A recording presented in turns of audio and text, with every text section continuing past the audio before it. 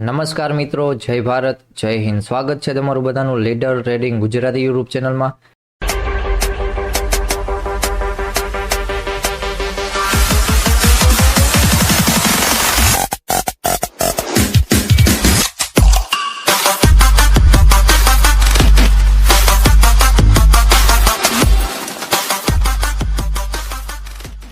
તો આજના દિવસે ક્યાંક બેંક નિફ્ટીમાં સારી એવી મુવમેન્ટ જોવા મળી કે જે 48,000ના ઝોન પાસે આપણો જે એક રેઝિસ્ટન્સ ઝોન હતો, કારણ કે માર્કેટ એના ઉપર ઓપન થઈને પછી માર્કેટે સારું એવું એનું બ્રેકઆઉટ આપીને માર્કેટે સારી એવી પુટ સાઇડની મુવમેન્ટ જોવા મળી. કારણ કે માર્કેટે 500નું ઝોન બ્રેક કર્યું તો ક્યાંય સ્ટોપ લોસ આવવાની જગ્યા નથી માર્કેટમાં, અને ડાયરેક્ટ જ માર્કેટમાં એક ફોલિંગ આવવા માંડ્યું અને તે પછી જોવા જાવ તો 350+ પોઈન્ટની માર્કેટે મુવમેન્ટ જોવા મળી છે.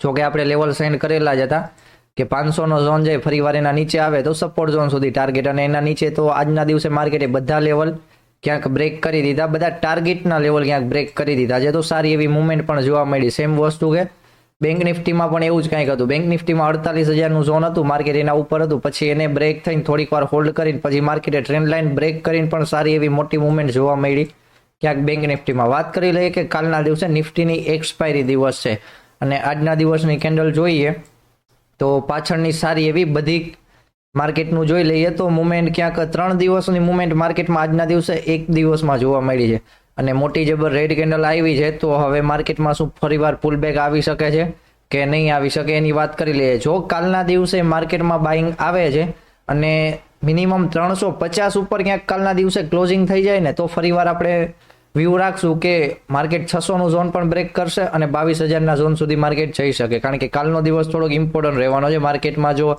આજના દિવસે ડીપ મળી ગયું હોય અને ડીપમાં કાલના દિવસે બાઇંગ જોવા મળે તો ક્યાંક સારું કહેવાય. અને કદાચ માર્કેટ ડાઉન ખુલે છે તો એ પણ ધ્યાન રાખવાનું રહેશે. કા માર્કેટ ફ્લેટ ખુલે છે તો પણ ક્યાંક નિફ્ટી માટે સારું છે ફ્લેટ ખુલતું હોય માર્કેટ, અથવા થોડું ગેપ અપ ખુલે માર્કેટ. કારણ કે જે પડવાનું મુવમેન્ટ હતી 500ના ઝોન પાસે આવી છે, તો હવે માર્કેટમાં ફરીવાર 21,000નું ઝોન ક્યાંક છે. કા માર્કેટમાં 21,000ના ઝોન પાસેથી ફરીવાર બાઇંગ આવે, કા પછી એની ઝોન બ્રેક કરીને સારી એવી પુટની હજી મુવમેન્ટ જોવા મળી શકે. કારણ કે માર્કેટમાં સારું એવું ઓલ ટાઈમ હાઈ પાસે હતું, હજી તો થોડીક નાનકડી જ મુવમેન્ટ છે. આ મુવમેન્ટ એટલી બધી કાંઈ મોટી છે નહીં, કારણ કે રેગ્યુલર માર્કેટમાં હોય એને ખ્યાલ જ છે માર્કેટમાં કેવી મુવમેન્ટ આવતી હોય છે, ઓલ ટાઈમ હાઈ વાળી મુવમેન્ટ શું હોય છે એ બધી વસ્તુ. તો ચલો માર્કેટ જોવા જઈએ તો પાછળ એક લોઅર પોઈન્ટ હતો માર્કેટમાં, અહીંયા ક્યાંક થયું ક્લોઝિંગ થયું છે અને ફરીવાર માર્કેટમાં એક ગેપ પણ સારો એવો છે કે જે 20,940 સુધીનો છે. તો 21,073 પાસે નીચે ગેપ પણ છે. તો કાલના દિવસે માર્કેટ ડાયરેક્ટ કા ગેપ ડાઉન ઓપન થાય તો ફરીવાર માર્કેટ ગેપ ફિલ કરે એવી થોડીક આશા. અને માર્કેટમાં સવારમાં કદાચ માર્કેટ જો વધારે ડાઉન ઓપન થાય તો થોડીક વાર ધ્યાન રાખશું કે નીચે ક્યાંય સપોર્ટ બની જતો હોય તો સપોર્ટ ઝોન નીચે બાઇંગ કરીને કોલનો વ્યૂ રાખી શકાય. કારણ કે અહીંયાથી સારી એવી અપસાઇડની મુવમેન્ટ જોવા મળી શકે. ઓલમોસ્ટ જે બધી મુવમેન્ટ છે એનું થોડું ગમતું પ્રોફિટ બુકિંગ માટે સ્કેલ્પિંગ કરી શકાય ને જો સ્કેલ્પિંગમાં માર્કેટ અપ ટ્રેન્ડ બનાવી દે છે તો પછી ટ્રેન્ડ લાઇન કાઢી લેવાની, અપ ટ્રેન્ડમાં જ્યાં સુધી છે ત્યાં સુધી માર્કેટમાં કામ કરી શકાય. અથવા માર્કેટ સારું એવું થોડું ઘણું, કારણ કે ડાઉનમાં વધારે ગયું છે તો ગેપ અપની આશા થોડી ઘણી છે નહીં, પણ વિદેશ માર્કેટ બધા ગ્રીનમાં છે ને આપણું એક જ રેડ હતું, એટલે કદાચ ચાન્સ પણ બની શકે કે આપણું માર્કેટ કદાચ થોડુંક ગેપ અપ પણ ઓપનિંગ થાય, એટલે 200ના ઝોન પાસે. કા માર્કેટ 200ના ઝોન ઉપર ટ્રેડ કરે તો અહીંયા પણ એક સારો એવો સપોર્ટ ઝોન છે કે 200 ઉપર છે ત્યાં સુધી કોલનો વ્યૂ રાખી શકાય. અને અહીંયાથી પણ જો એ બ્રેક કરે છે તો ફરીવાર આજના દિવસના લો પાસે અને એના લો નીચે આખો ગેપ પડ્યો છે. અને વાત કરી લઈએ નિફ્ટીમાં, લાસ્ટમાં હીરો ઝીરો માટે જોવાનું રહેશે, કારણ કે કા માર્કેટ 21,000ના ઝોન પાસે સ્ટ્રાઇક પ્રાઇસ પાસે હોય તો અહીંયા પણ સારી એવી મુવમેન્ટ જોવા મળી શકે હીરો ઝીરો માટે. અને 21,900નું ઝોન તથા 21,200નું ઝોન, આ 3 ઝોન હશે જ્યાં માર્કેટમાં મોટી મુવમેન્ટ આવી શકે હીરો ઝીરો માટે. એ મુવમેન્ટમાં માર્કેટ અહીંયા હોય અને જો માર્કેટ સારો એવો સપોર્ટ રેઝિસ્ટન્સ કોઈ વર્ક કરતો હશે તો ઇન્ટ્રાડેમાં જોઈ લેજો, અહીંયા બનાવીને એના ઉપર માર્કેટમાં સારો એવો મિનિમમ 50 પોઈન્ટ પ્લસનો હીરો ઝીરો જોવા મળી શકે. તો વાત કરી લઈએ ક્યાંક બેંક નિફ્ટીમાં. બેંક નિફ્ટીમાં મુવમેન્ટ સારી એવી અને HDFC બેંક ઉપર બધાની નજર હતી કે એ રેડમાં જાય, પણ HDFC બેંક એ રેડમાં ગયું નથી, એટલે ખાલી બેંક નિફ્ટીમાં બીજા બધી બેંકોની મુવમેન્ટ હતી. એના હિસાબે માર્કેટમાં એક ડાઉન સાઇડની મુવમેન્ટ જોવા મળી હતી અને માર્કેટમાં સારી એવી મુવમેન્ટ પણ આવી ગઈ છે. તો બેંક નિફ્ટીમાં જોઈ લઈએ તો બેંક નિફ્ટીમાં શું છે, બેંક નિફ્ટીમાં ગેપ હતો, કારણ કે અહીંયા જે 600નું ઝોન હતું અહીંયા એક સારો સપોર્ટ પણ હતો, પછી 600નું ઝોન બ્રેક થયું પછી માર્કેટમાં એક ગેપ હતો તો બે ગેપ બધાના નજરમાં હતો અને ઓલમોસ્ટ લાસ્ટમાં માર્કેટે 300 પોઈન્ટની મુવમેન્ટ તો ગેપ ભરવામાં આપી દીધી. તો એ પણ ક્યાંક સારું કહેવાય, કારણ કે જે લોકો ચાર્ટ વોચ કરતા હોય ને એને આવી બધી વસ્તુ દેખાય કે માર્કેટમાં ગેપ છે કે એવા ટાઈમે માર્કેટ હોય તો ભરી શકે. મોસ્ટ ઓફ આવા ટાઈમે માર્કેટ ગેપ પૂરો કરી જ દેતું હોય છે, ઘણીવાર જોવા મળે છે. આજે નહીં, પાછળનું એનાલિસિસ કરી લેજો કે માર્કેટમાં કેવા ટાણે ગેપ પૂરો કરે છે, તો એ પણ સારું એવું જોવા જેવું રહેશે. અને વાત કરી લઈએ કે હવે 47,000નું ઝોન નજીક છે માર્કેટમાં.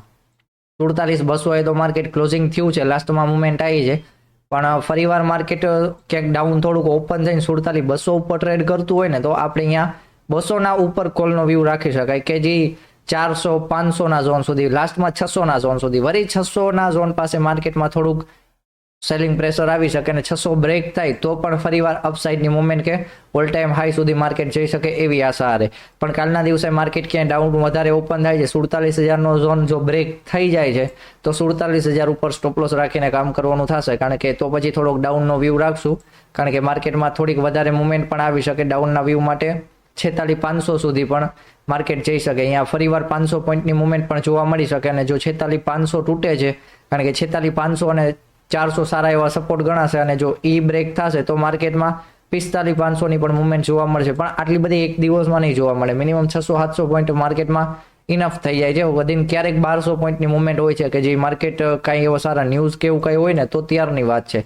પણ માર્કેટ તો એક ધારું ચડતું નથી કે એક ધારું પડતું નથી, કારણ કે માર્કેટ ડાઉન ટ્રેન્ડ અપ ટ્રેન્ડમાં ઉતાર ચડાવ વારે માર્કેટ ચડે છે પડે છે. સેમ વસ્તુ આજે પણ બેંક નિફ્ટી એક ડાઉન ટ્રેન્ડ નક્કી કરી દીધો, પછી ક્યાંય ડાઉન ટ્રેન્ડ જ રહ્યો છે, કારણ કે બધાએ કોલની મુવમેન્ટ લેવા માટે જે ટ્રેડ કર્યા હશે એ બધાના 0-0 ક્યાંક થઈ ગયા હશે માર્કેટમાં. તો માર્કેટના ટ્રેન્ડને ફોલો કરો, વાંધો નહીં આવે, કારણ કે ટ્રેન્ડને ફ્રેન્ડ બનાવી લેશો ને તો જ માર્કેટમાં મજા આવશે કે ભાઈ માર્કેટનો ટ્રેન્ડ આ છે તો વિરુદ્ધ ટ્રેન્ડમાં ક્યાં જવાય. સ્કેલ્પિંગ માટે જઈ શકો કોલની મુવમેન્ટમાં, કારણ કે એવું કંઈ ઝોન આવતું હોય ને તો અહીંયા સ્કેલ્પિંગ મળી જાય પછી નીકળી જવાનું, કારણ કે ઓલરેડી માર્કેટ ડાઉન ટ્રેન્ડ બનાવી ચૂક્યું હતું. પછી માર્કેટમાં સારી એવી કદાચ લાસ્ટમાં ખ્યાલ આવ્યો હોય ને કે ડાઉન ટ્રેન્ડ માર્કેટે 3 વાર કન્ફર્મેશન આપીને બનાવ્યો છે માર્કેટે, તો એ લાસ્ટમાં ક્યાંક 200 પોઈન્ટની છેલ્લે મુવમેન્ટ હતી માર્કેટમાં જોવા મળી હતી.